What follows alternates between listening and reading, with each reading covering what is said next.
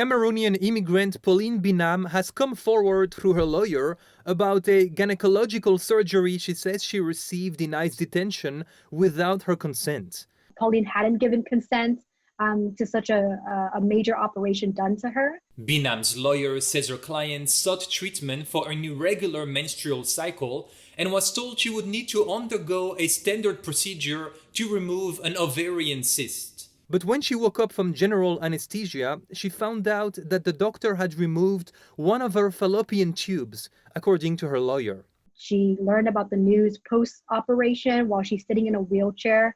She breaks down crying when the doctor tells her that it's possible that she may not be able to easily conceive in the future. Binam is reportedly one of a growing number of immigrant women who claim they received unwanted medical procedures, including hysterectomies, while they were held at the Irwin County Detention Center in Georgia.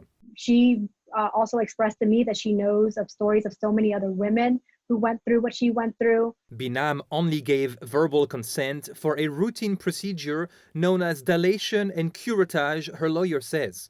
A detention psychiatric report shows that Binam expressed 5 days after the operation she was bothered that she had lost a fallopian tube when she expected another procedure. When she confronted the doctor about it, he explained to her that he noticed that there were clogs in her fallopian tubes and just decided then that he was going to do the surgery. Allegations of high rates of gynecological surgeries with dubious consent first surfaced in a whistleblower complaint filed last week by a nurse at the facility.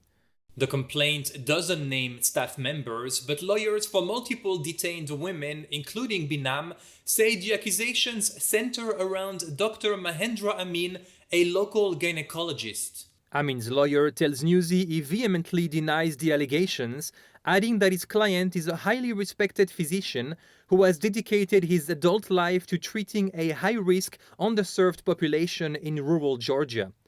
Newsy asked 2 experts in medical ethics to review a pathology report from Binam's surgery, which names Amin as the ordering doctor. They both said that Amin's decision to remove one of Binam's fallopian tubes could have been well-intended, but should have never happened without her consent. Since it certainly wasn't an emergency, and if they didn't discuss it, then it's worrisome. It's even more important with a woman's or man's reproductive organs to not just do extra procedures that could be potentially fertility threatening.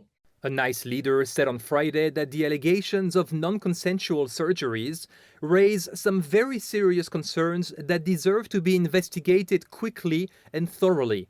The Department of Homeland Security says it is investigating the matter, and more than 170 members of Congress are calling for an immediate inquiry. Binam, who's been in the U.S. since she was 2 and has a U.S. citizen daughter, was released from detention on Saturday on humanitarian grounds. Last week, the agency nearly deported her, but members of Congress pleaded for her release and she was taken off the plane. She's just so incredibly happy and grateful that she's still here in the United States. Binam's lawyer says her client needs to rest and recover after spending nearly 3 years in ICE detention. Then she'll decide how to share more about her experience. Ben Shamiso, Newsy, Chicago.